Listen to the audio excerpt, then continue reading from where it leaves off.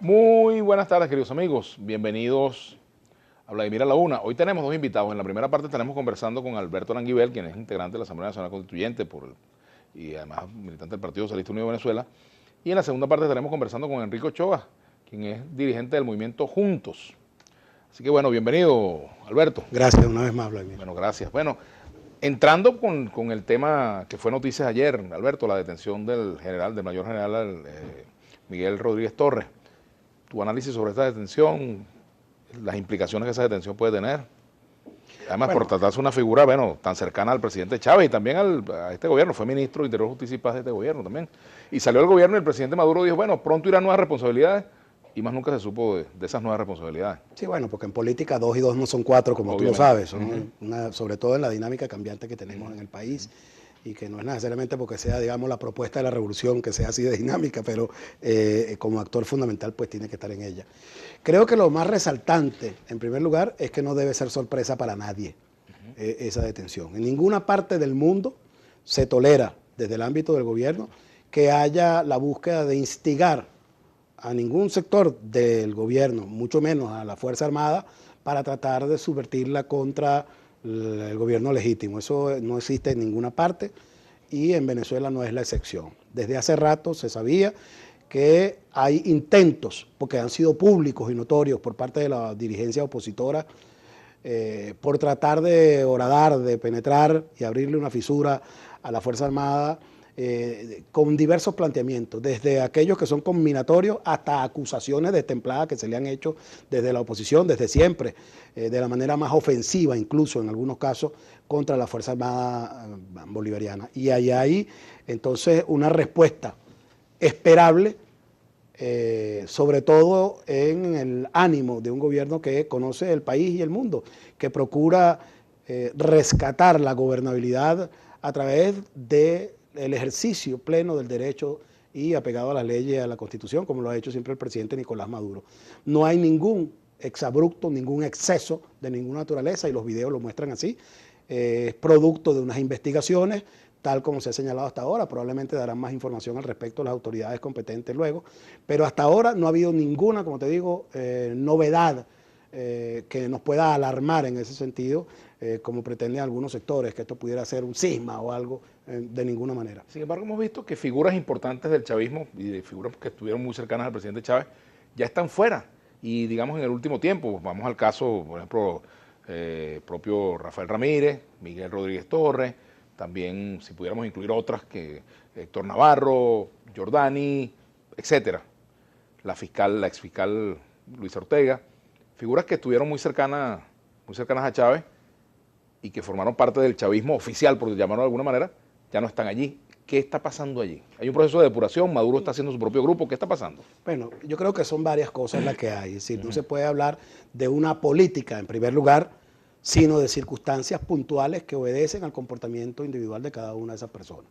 Eso es lo que se ha visto hasta ahora. Es decir, se está actuando en respuesta de lo que ha sido la actuación personal de cada uno de estos funcionarios, incluso sin haber la actuación, sino que simplemente ellos se han distanciado, a lo cual tiene derecho todo venezolano, como está establecido en la Constitución y las leyes también, como digo, al libre ejercicio de la opinión política que quiera tener cada quien. Eso es un asunto normal en todos los procesos y, de hecho, siempre la remoción, cambio de figuras en la alta cúpula dirigencial, en el gobierno, en el gabinete, etcétera, siempre en todas las naciones es noticia por el hecho de más las figuras que vienen que por las que se fueron.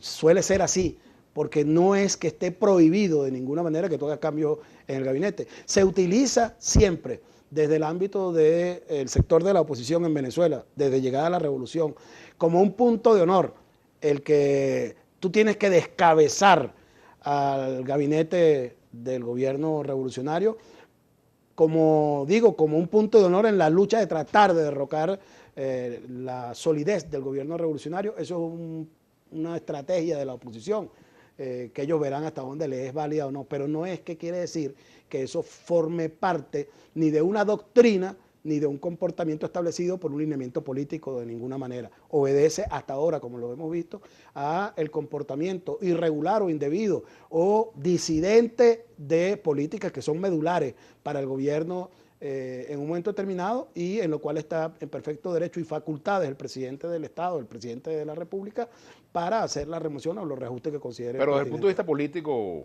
Alberto, no significa nada. No significa nada. No, porque o sea, cuando tú ves el país que está ahorita ese sector no significa nada, digamos, para el chavismo. Eso no es un Esas sector, figuras... Eso no es un sector, ese es el punto que te quiero establecer. Son individualidades.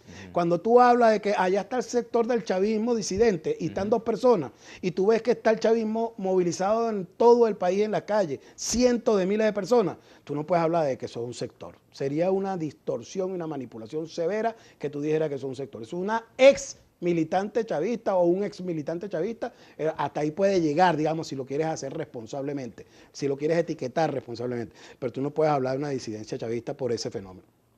Ahora fíjate, en el caso de él estaba, su movimiento entiendo que estaba participando del Frente Amplio y él estaba tratando de crear un movimiento nacional, fue inhabilitado y... Hasta tanto estuvo actuando dentro del marco de la legalidad, no tuvo ningún problema. La detención que se produce con Rodríguez Torres, hasta donde tenemos la información, como te digo, hasta ahora, porque todavía no se ha presentado el informe definitivo, es que estaba incursionando en una práctica de subvertir la disciplina de la Fuerza Armada y eso en ninguna parte del mundo es aceptado. Es más bien penalizado severamente. En Estados Unidos parece que todavía se contempla la silla eléctrica para esa gente. Bueno, menos mal que aquí no hay eso. No, menos mal que no. Ahora, Alberto, fíjate, con respecto al tema de la campaña electoral, también quiero que lo abordemos, la campaña electoral del presidente Nicolás Maduro. ¿Qué le ofrece Maduro de nuevo que no haya podido hacer en estos años a los venezolanos? El asunto es si es de verdad necesario, digamos, obligante a que tú tengas que presentar algo nuevo o continuar lo que se viene haciendo, que es la transformación profunda de la sociedad a partir de una lógica de justicia y de igualdad social. Nueva a partir de la realidad social que vivimos. No, pero es que esa realidad no la impuso ni el modelo chavista ni el presidente Maduro. A lo mejor fracaso una política económica así. No, perdóname, aquí no hay ningún fracaso de política económica, hay un cerco económico. Vamos a ponerle los nombres correctos a las cosas para podernos entender.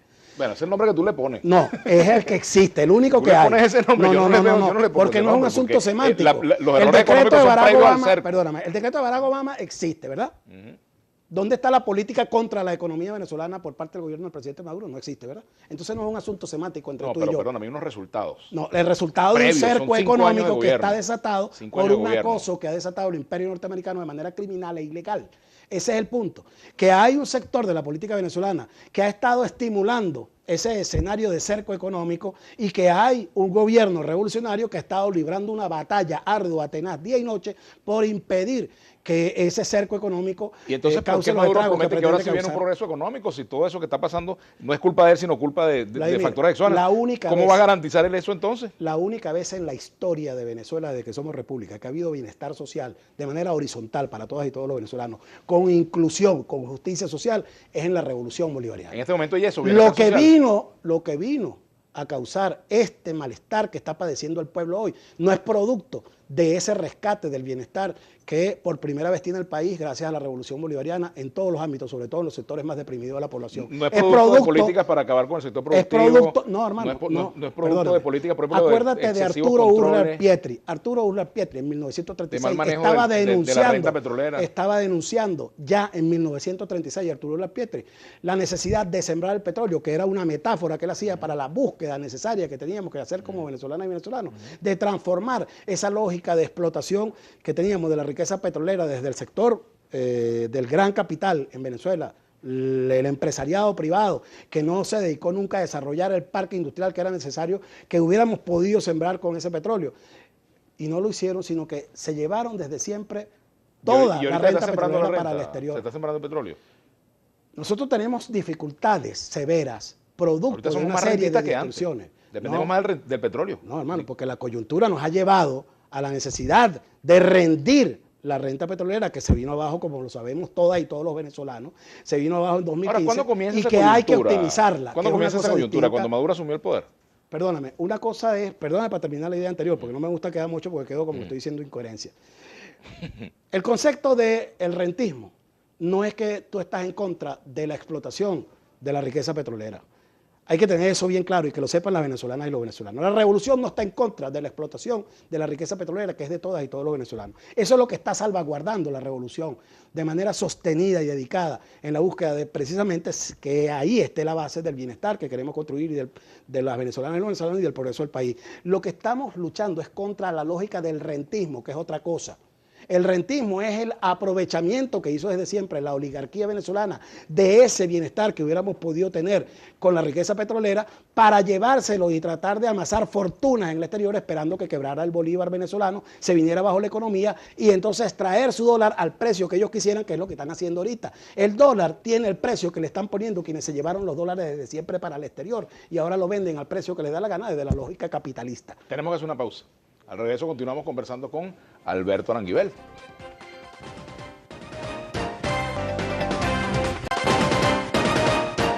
Bueno, estamos conversando con Alberto Aranguibel. Él es miembro de la Asamblea Nacional Constituyente y estamos hablando del desarrollo de la campaña electoral. Aquí, por ejemplo, te hacen algunos comentarios con respecto al tema.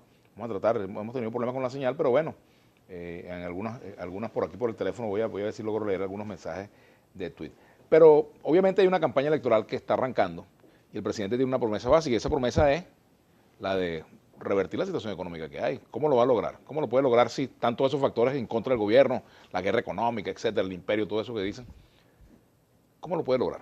Bueno, precisamente por eso yo traté de abordarlo en la anterior fase de la respuesta con esa reflexión inicial, es decir, tiene que ser nuevo, porque lo que ha estado haciendo el presidente Nicolás Maduro, que lo ha convertido de verdad en un hombre de una dimensión excepcional como estadista, no solo para Venezuela y los venezolanos, sino para el mundo hoy en día. Nicolás Maduro es el presidente que le ha ganado consecutivamente y de manera invicta todas las batallas de agresión al imperio norteamericano en el mundo contemporáneo de hoy en día.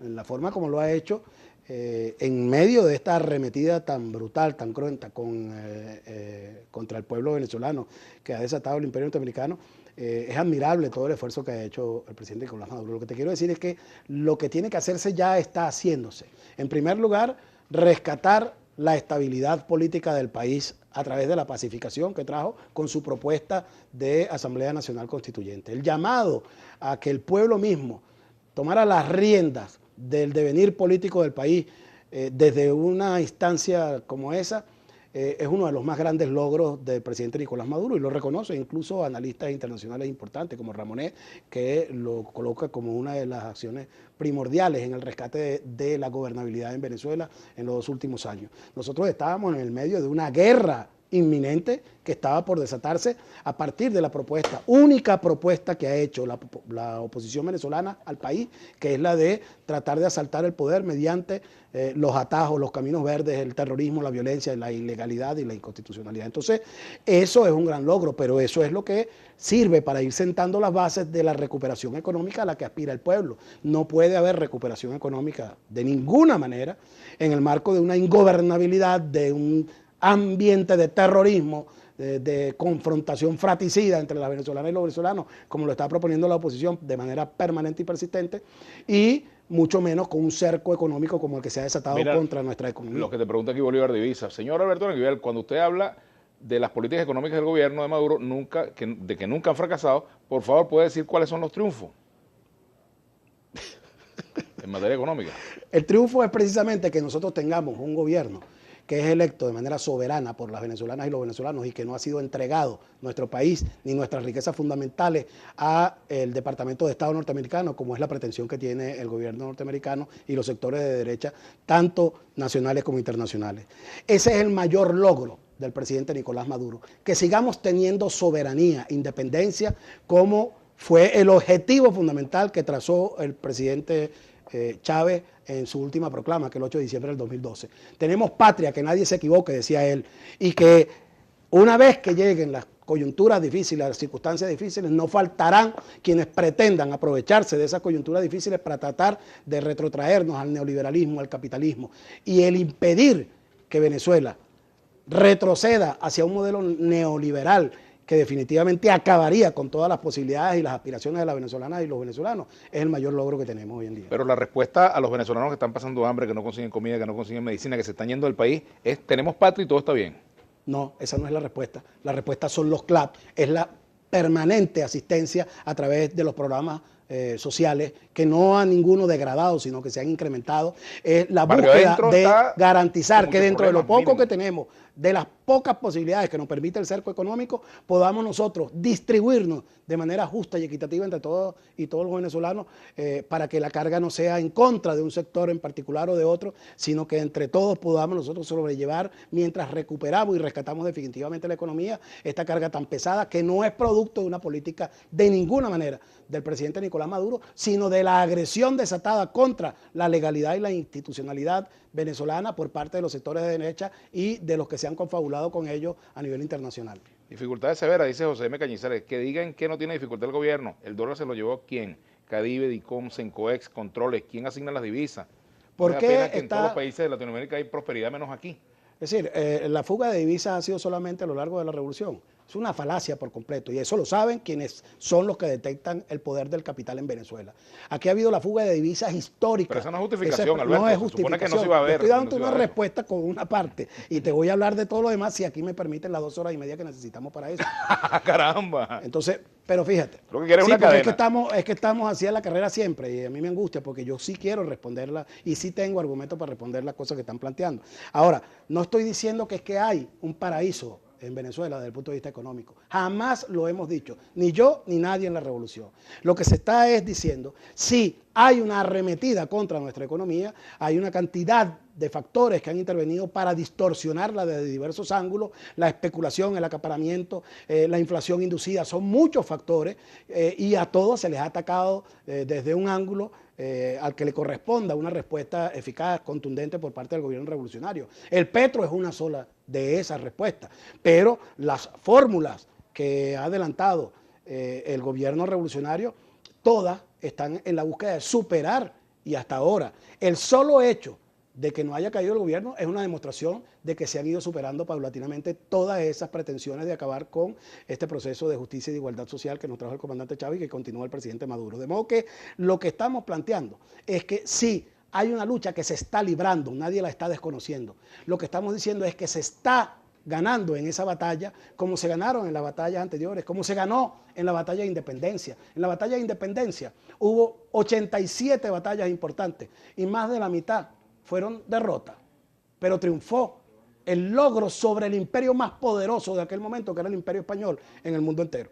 Y eso, que fue una realidad, dejó al territorio venezolano casi sin la mitad de sus habitantes, porque murieron en los caminos a lo largo y ancho del territorio y más allá de nuestras fronteras en la búsqueda de esa independencia que lideraba, esa lucha de independencia que lideraba Simón Bolívar. Entonces, esa realidad sigue siendo hoy más o menos la misma, la búsqueda de la independencia y la consolidación de la soberanía. Por aquí me pregunta a mí, ¿hasta cuándo sigue invitando al señor Aranguibel? Nunca pierde. ¿Acaso se lo impone el gobierno? No, pero es que esto es una cosa que uno tiene que decir. No estoy en una competencia con él, yo lo estoy entrevistando. O sea, hay que invitar a los que quieran perder, ¿cómo es la cosa? No entendí eso. Aquí te dice José Francisco Arena, según tú la economía venezolana está mal porque el barril de petróleo bajó. Mi pregunta es, ¿y cómo hizo Pérez Jiménez teniendo el barril a $4.30? Yo no he dicho eso. Yo no he dicho eso. ¿Te das cuenta? Por eso es que la oposición no prospera, porque ve la cosa encasillada siempre en una sola frase, en una sola palabra. Yo estoy tratando de visualizar el panorama en extenso, donde hay una serie de factores que están incidiendo para alterar la economía venezolana y que están tratando por todas las vías de impedir que se desarrolle la economía. Si alguna cosa está demostrando la viabilidad del modelo socialista que propone hoy en día la Revolución Bolivariana en Venezuela, es la necesidad que tiene el imperio norteamericano de cercar la economía. Si es de verdad un modelo fracasado, ¿por qué tú no lo dejas que fracase por sí mismo y tienes que cercarlo económicamente? ¿Dónde está la lógica de ese discurso? Algo que tiene que ver con las sanciones de Estados Unidos. Oscar Ruiz dice lo siguiente: qué incoherencia los expositores del gobierno. Su invitado dice que son individualidades los disidentes, pero las sanciones de Estados Unidos, que son individuales a personas del gobierno, esas sí son para Venezuela. Porque es que las sanciones es mentira que son para individualidades, están afectando incluso al sector privado de la oposición.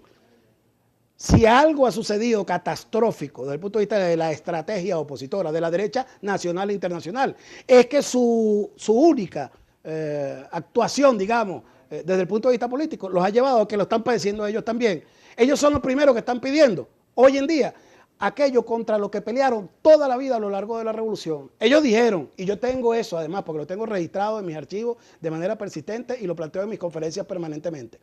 El discurso se sostuvo desde siempre, desde Fede Cámara, desde antes de Pedro Carmona. Desde mucho antes de Pedro Carmona, fue que había que hacer tres cosas en Venezuela. Eliminar el control cambiario, eliminar la regulación de precios y eliminar la ley del trabajo. Hoy en día no existe un solo venezolano, ni siquiera en las filas opositoras, ni siquiera en la derecha, en la dirigencia de la derecha opositora, que diga que hay que liberar los precios. Todo el mundo está pidiendo es que el gobierno controle, que imponga más severos controles. ¿Qué opinas de la propuesta de Francisco Rodríguez de dolarizar la economía, el asesor económico de Henry Falcón? Yo creo que es la búsqueda de un efectismo de propaganda política de campaña. Creo que ellos están tratando de ver, digamos, en esa forma de visualizar que tienen los sectores de derecha siempre, de proyectar la política mirando hacia atrás. Es decir, ¿qué fue lo que hizo Chávez para ser tan grande, tan descollante en el liderazgo? Bueno, él trajo una propuesta que no había en mesa, una propuesta interesantísima, que cambiaba todo el debate político, que fue la de la constituyente. Coño, ya yo no puedo plantear eso, sobre todo porque hay una constituyente. ¿Qué se te ocurre? Bueno, vamos a dolarizar, porque a todo el mundo le gusta el dólar. Están leyendo exactamente al revés de lo que leyó Chávez en aquel momento, la necesidad del pueblo. En aquel momento, Chávez fue el líder que despegó de esa manera a finales del siglo XX, porque precisamente lo que estaba planteando respondía a la aspiración real del pueblo. Estos tipos se metieron en la cabeza que hay una aspiración del pueblo que no tiene nada que ver con la verdadera aspiración del pueblo. Ellos creen que el pueblo lo que quiere es ese bachaquero, que quiere dólares, que quiere ese negocio de la cosa esa que decía María Corina, ¿cómo se llama? El capitalismo popular, de que no me interesa si se viene abajo la economía, pero yo me meto un billetico con 4 sacos que voy a vender bien caro de harina pan. Es decir, esa no es la realidad. Eso lo están haciendo mucha gente que maneja la distribución de alimentos. Bueno, no sé, yo no conozco a ninguno de ellos. Lo que te quiero decir es que la realidad que están leyendo, quienes están proponiendo hoy en día la dolarización, es una realidad completamente de espaldas a la verdadera aspiración del ¿Tú no te has dolarizado? No, ni pienso hacerlo. Ni tengo necesidad. Muchas gracias, Alberto. A ti, pues, siempre encantado. Bueno, gracias por haber venido. Saludos además a todos los que te escriben por ahí, que yo sé que van a estar son unos cuantos sangrando contra mí por ahí, pero yo igualito los aprecio. Bueno, vamos a despedir a nuestro invitado. Gracias por habernos acompañado. Hacemos la pausa y venimos con Enrique Ochoa del Movimiento Juntos. Si tienen alguna pregunta para Enrique, se la deja de una vez. No, que cómo va a hacer, que se deje pintar el pelo, que se ponga viejo de una vez, que no se pone viejo, ¿no? Ah, sí, bueno, se lo vamos a decir. Bueno, hacemos la pausa y ya venimos.